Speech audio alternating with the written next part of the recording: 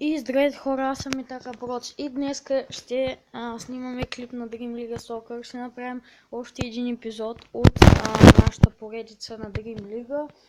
Извинявам се първо за дългото време, което не можах да снимам клип. Днес ще качим още клипове с Silvercode 360, ще ви харесат и може би след като кача следващите си два клипа, които ще са на футбол, футбол чаленджи, представяне на калеври, ревюта и такива подобни работи, може да пишете в коментарите на какви ревю искате да снимам и да правя поредици. И сега първо ще ви покажа новото в моя състав. Ето сега ще видите. Ето това е моят отбор. Първо започвам да ви представя. Ето това е Неймар, който имах специален епизод за него, където направих финт, с който измамих вратаря и след това направих странична ножица. И ето тук Неймар, Джейми Варди е новото попълнение в отбора. Виждате, той е доста бърз и е много добър нападател. Виждате Дъглас Коста, Оскар, Яя Туре, които са познати, и също ново попълнение е Исус Навас, който е от Манчестър Сити. Той също е много бърз. Като цяло целият ми отбор е доста бърз. Ето тук виждате Александро, Спано, Лукас, които са ми дадени от играта, Мор също ми е дадени от играта и Белегин. Това са единствените играчи, които са титулярни: Спано, Лукас и Мор, които са всъщност дадени от играта. Всички други, които виждате титуляри, съм ги купил и са доста добри. Като цяло целият ми отбор е доста бърз. Ето сега ще ви покажа, виждате колко са бързи, особено Джейми Варди, Неймар също е много бърз. Дъглас Коста е в 10-мата най-бързи за 2016 година. Яя Туре не е толкова бърз, но е доста техничен и е добър в състава. Исус Навас е много добър. И Белегин, който е най-бързия в света, извинявам се, за 2016 година.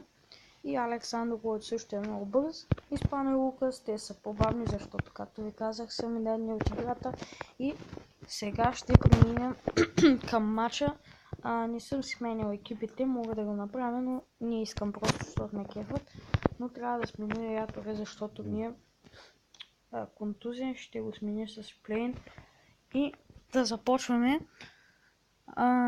срещу Джон Стоун. Така се казва отбора, срещу който ще играя. И да започваме. Така, тук в този епизод ще ви покажа как може най-ефикасно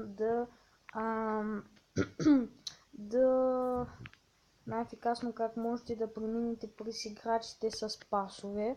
Ако искате, може да използвате финтовете. Ето сега ще ви покажа някои. Първо, не мога да ви покажа как се правят, защото все пак снимам клип. Какво направих тук? Ето сега само чакам топката да дойде в мен. Не можете да правите много финтови тук, защото няма толкова много. Това е единия, който може да направите, като си дръпнете пръста нагоре, цъкате два пъти върху екрана и правите степ овър. Това е финт. За тези, които не знаят, може като променяте посоката, ето така. Сега мисля да върна на Исус Навас.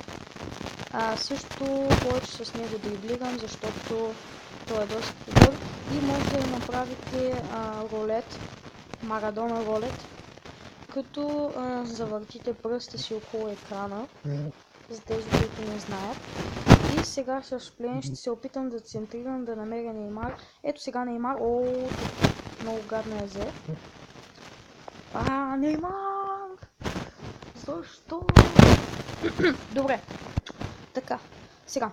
Шплейн. Александро дали ще отнеме? Трябва. Александро. Не. Александро. Добре. Успяно. Това е проблем. Добре, Александро успя да отнеме. Лукас. Спано. Не игра за резултат този матч, игра повече отколкото да ви покажа някои неща. Ето тук Сандро тръгвам на пробив с него. Тук имаше фал. Ще пусна по крилото на Дъглас Коста. Сега с Дъглас Коста прекалено бързо Йок, не, то другия отбор. Аре, Оскар. Оскар.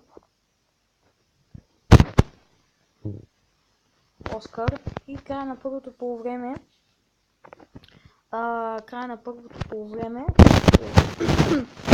Ето сега продължаваме. И да, тяхна топка. Ето го и Неймар. Сега Неймар напредва. Направих този клип най-вече, както казах, защото не бях снимал от много време. Нещо ме боли гърлото много гадно. Сета. Трябва да подам новото попълнение Джейми Варди, който е от Лестър. Така, сега Дъглас Коста. Добре. Преминава през един Дъглас Коста. Вече двама. Преминава през един Дъглас Коста. Не е гол. Майко! Джейми Варди! Как ще се пусна! Това не може да бъде истина. Сега Джейми Варди на Дъглас Коста. Дъглас Коста спита към Джейми Варди. Джейми Варди не можа да центрира. Това беше кофти. Но мраза и така. Така, Джейми Варди сега ще тръгне на пробив, но има и Дъглас Коста. Има скоро комбинир. Контузиха го. Добре, сега ще извършим смяна. За какво ми контузиха Джейми Варди? Добре, но имам и Мор, другият Мор, като вратаря. Ето вижте, имената им са същите. И добре, ето вижте Джейми Варди, сменяме го. И сега моя изпълнител на прах свободен, не знам защо сега не го даде, е Оскар, който сега ще пробвам да успея да му вкарам гол, ще видя дали ще се справя. Така, натискаме и да видим какво ще направя. И точно в ръцете на вратаря. Така, топката е в спано, той подава на Александро. Ще тръгна на Александро, защото той, както казах, е доста бърз. Но Дъглас Коста сега. Обръщам посоката с Дъглас Коста. Неймар Джуниор. Какво прави Неймар? И това Дуспа. Да, точно Дуспа е. И сега имаме шанс да открием резултата с Оскар. И Оскар в десния долен ъгъл и Оскар гол. И това е гол на Оскар. По принцип в тази игра, както съм казал в миналите клипове на Dream League, вратарите изобщо не се хвърлят. Неймар как премина. Сега Неймар с финт, дали ще мога? Какъв гол! Какъв гол само! Скилър.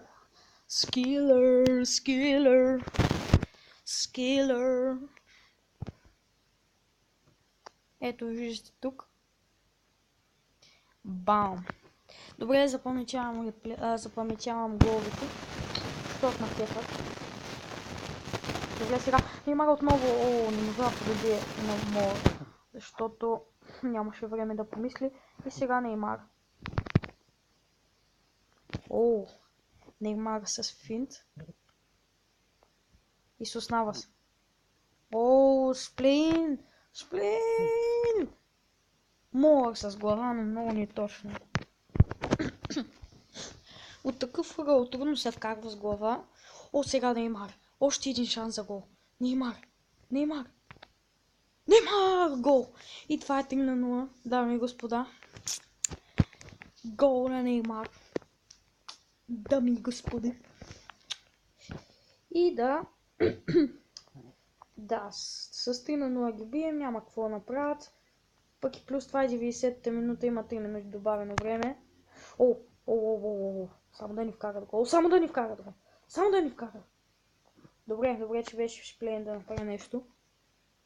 Неймар към... Добре, каква беше края на първото полувреме? Да, ето това беше за този клип. Ето виждате 2 гола на Неймар и 1 от Оскар на Дуспа. Видяхте моя отбор и да, на първо място съм, защото преди малко започнах ново и съм... Коя дивизия? Всъщност съм Academy Division и не съм си апгрейдвал стадиона, защото не исках и събирам за добри играчи. Тук има Марес, който е добър и ако го сложа някъде